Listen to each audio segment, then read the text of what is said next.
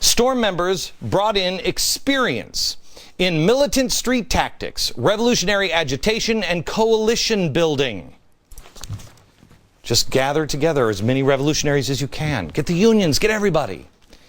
He went on, we believed that we needed to help lay the groundwork for an advance guard organization to emerge as a future, more powerful form of revolutionary political organization. Such an organization could help militants to develop as revolutionaries.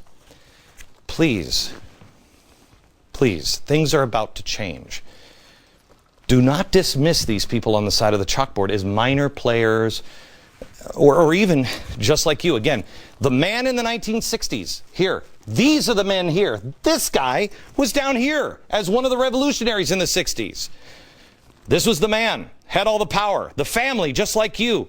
And these were the revolutionaries. Now the revolutionaries are here, just like you. They've taken a tie, and they're just, no, really, nothing to be afraid of. This is the power. And the revolutionary today that they want you to believe is you.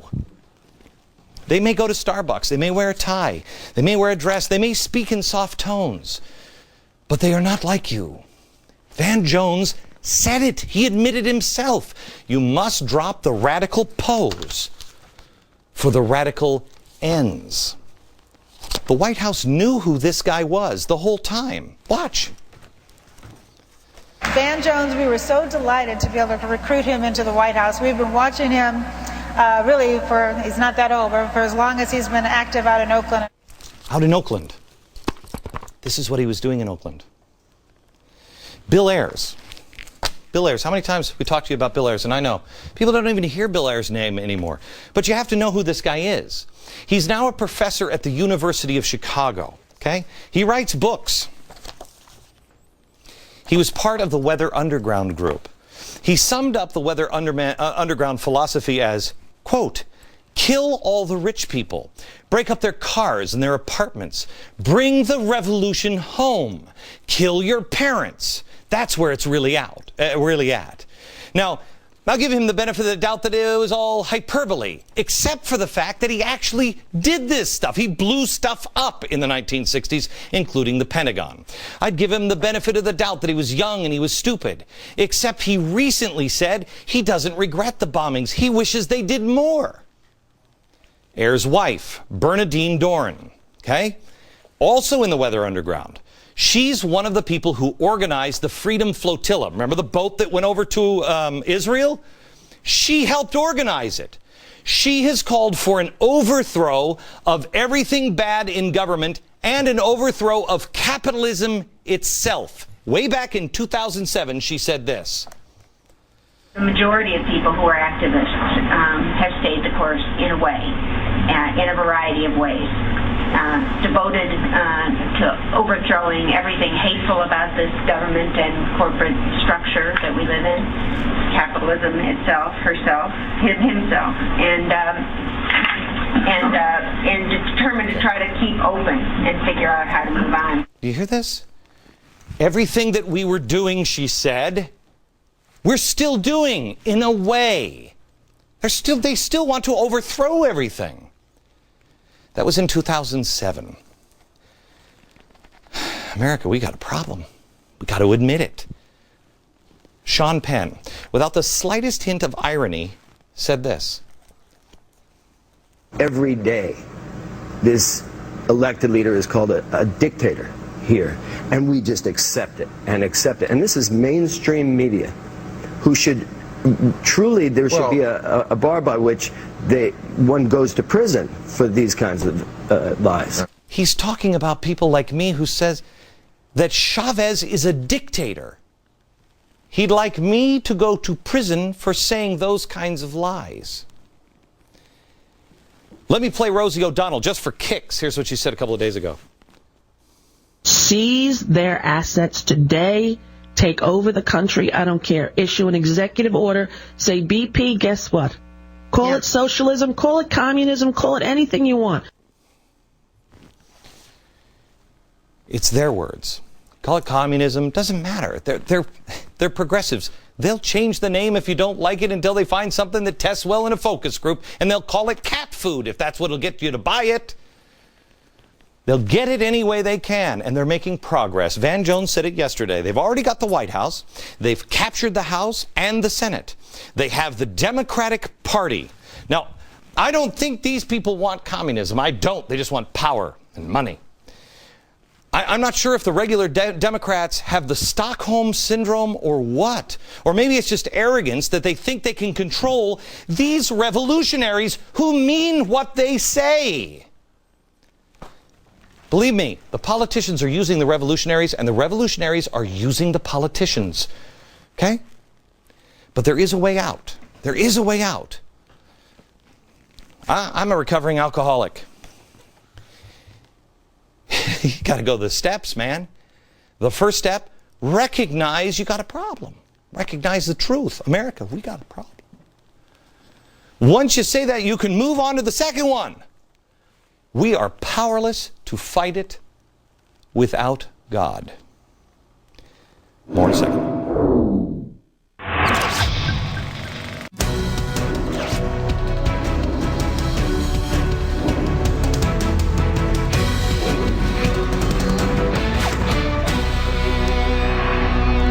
Thank you so much for watching.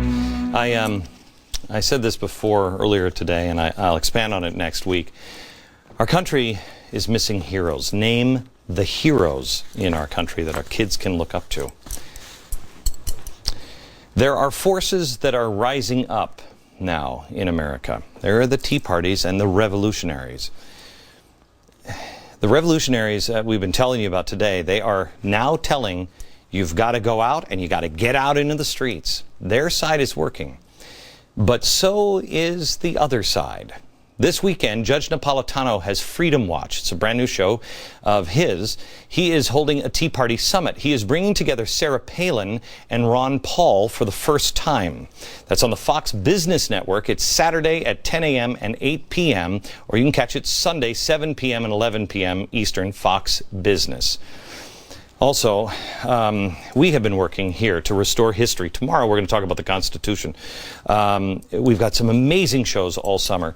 And also I'm doing a 7-hour live show with Judge Napolitano is there, David Barton is there, with the American Revival. This is the last time we will do this live.